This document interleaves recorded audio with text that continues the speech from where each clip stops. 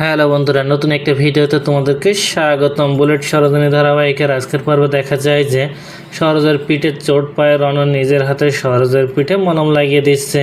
আর সেই সময় সরোজ রণকে নিয়ে কল্পনা করতে থাকে। তারপর কিছুক্ষণ পর সেখানে চলে আসে ছোটো কাকি, আর সরোজ ছোটো কাকির মুখ থেকে জানতে পারে যে এই বাড়ির মেয়ে বাইরে গিয়ে কাজ করতে পারবে না, সেটা সে আজ প্রথম শুনেছে। এদিকে রাগিনী আর রাতুল পড়ে গেছে বড় বিপদে, কারণ তারা জেনে গেছে রিপোর্টার ময়ূক সেনের মেয়ে হলো এই সরোজিনী।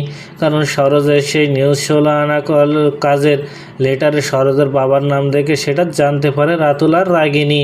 আর রাতুল সেই জন্য সরোজকে শেষ করে দেওয়ার সিদ্ধান্ত নেয়। আর রাতুল সরোজকে শেষ করার সিদ্ধান্ত নিলে রাগিনী রাতুলের জামার কলার ধরে বলে, সরোজকে এই মুহূর্তে শেষ করে দিলে রণ আমাদেরকেই সন্দেহ করবে।